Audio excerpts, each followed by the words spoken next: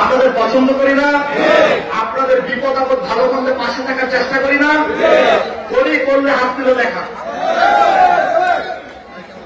আমি যদি করে থাকি আমি করবো এবং আল্লাহর মধ্যে ভবিষ্যতে করবো। কারণ আপনাদেরকে আমার নেতা বিএনপির একদিন চেয়ারপারসন, আমার রাজনৈতিক অভিভাবক জননেতা তারেক রহমান মন দিয়ে আপনাদেরকে ভালোবাসে, অন্তর দিয়ে ভালোবাসেন। বাংলাদেশের প্রত্যেকটা মানুষকে জননেতা তারেক রহমান অন্তর দিয়ে ভালোবাসেন। আমি তার রাজনীতি করি, আমি তারেক রহমানের সৈনিক। ২৫০০ প্রত্যেকটি মানুষকে, প্রত্যেকটি জনগণকে আমি ভালোবাসি, মন থেকে অন্তর দিয়ে ধারণ করি। সংগ্রামী ভাইয়েরা, আমি বলতে চাই, আপনারা দেখেন আন্দোলন সংগ্রাম হয়েছে। এই আন্দোলন সংগ্রামের মাধ্যমে ১৯৭১ সালে বাংলাদেশের স্বাধীনতা যুদ্ধ হয়েছে। সেই স্বাধীনতা যুদ্ধের ঘোষণা কে দিয়েছিলেন? শহীদ প্রেসিডেন্ট জিয়াউর রহমান। তাহলে বাংলাদেশের স্বাধীনতার ঘোষক শহীদ প্রেসিডেন্ট জিয়াউর রহমান, এবং সেই স্বাধীনতা যুদ্ধের সবচেয়ে বেশি ভূমিকা রেখেছেন শহীদ প্রেসিডেন্ট জিয়াউর রহমান। তারপরে এরশাদ বিরুদ্ধে আন্দোলন হয়েছে, বিভিন্ন আন্দোলন, যুদ্ধ আন্দোলন সংগ্রাম হয়েছে। সেই সময় এদেশের হাল ধরেছিলেন কে? দেশনেত্রী বেগম খালেদা জিয়া, এদেশের গণতন্ত্রের মা, আপনাদের পছন্দের নেত্রী, পছন্দের নেতা। সংগ্রামী ভাইয়েরা, এই ১৭ বছরে যে আন্দোলন হয়েছে, ফ্যাসিস্ট খুনি রাক্ষসী হাসিনার বিরুদ্ধে যে গণতান্ত্রিক যুদ্ধ হয়েছে, গণতান্ত্রিক আন্দোলন হয়েছে, যে আওয়ামী লীগের স্বৈরাচারী আওয়ামী লীগের বিরুদ্ধে যে গণতান্ত্রিক আন্দোলন হয়েছে, সেই আন্দোলনের নেতৃত্ব দিয়েছিলেন কে? জোরে বলেন, তারেক রহমান। তাহলে এই ১৭ বছরের গণতান্ত্রিক আন্দোলনের প্রধান যোদ্ধাকে তারেক রহমান। তাহলে এই ১৭ বছরের গণতান্ত্রিক আন্দোলনের মধ্যে মাধ্যমে আমাদের যে অভিনব স্বাধীনতা অর্জিত হয়েছে, সেই স্বাধীনতার রূপকারকে তারেক রহমান।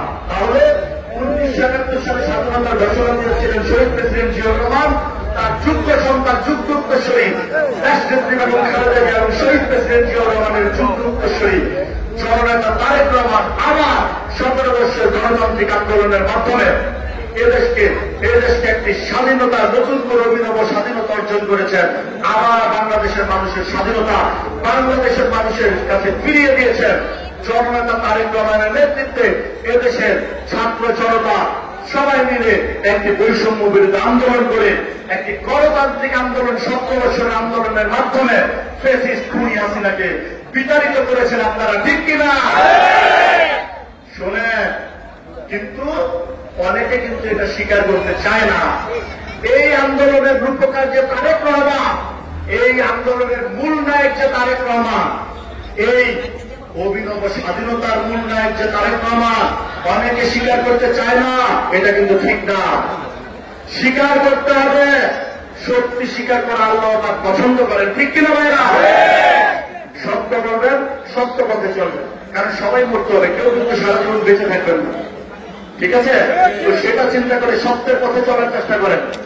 আমাদের নেতা জননেতা তারেক রহমান শুধু লন্ডনে থেকে, প্রবাসে থেকে আপনাদের আমাদের জন্য, বাংলাদেশের শান্তিকামী মানুষের জন্য কি পরিমাণ পরিশ্রম করেছেন, শ্রম দিয়েছেন, আপনারা দেখেছেন না? দেখেছেন আপনারা? সংগ্রামী ভাইয়েরা, আমি মনে করি আপনারা আমাদের নেতা জননেতা তারেক রহমানকে সবাই ভালোবাসেন, 100% ভালোবাসেন, মন দিয়া ভালোবাসেন, অন্তর দিয়া ভালোবাসেন।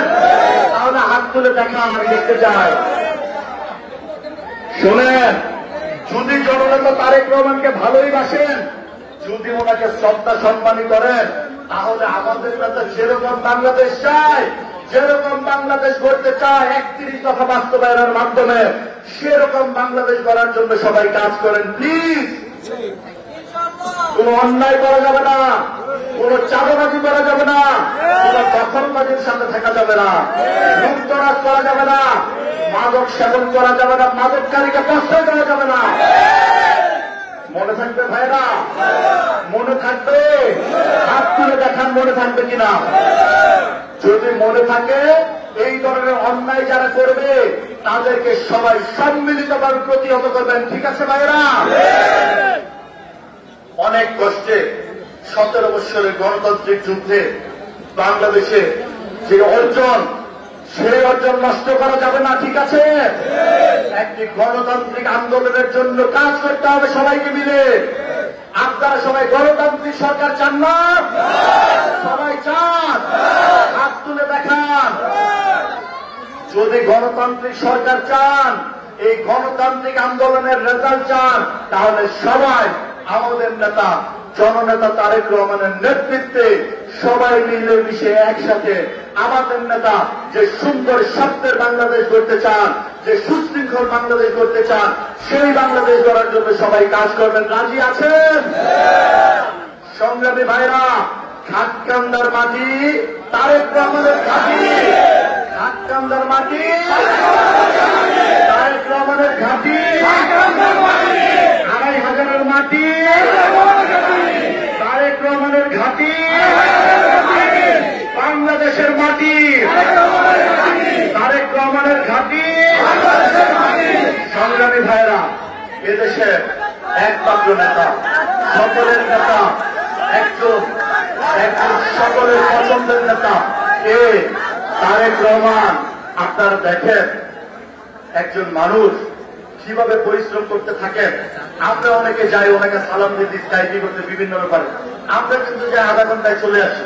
বাট তিনি কিন্তু সেই সকাল থেকে রাত পর্যন্ত অবিরাম গতিতে চলতেই থাকে।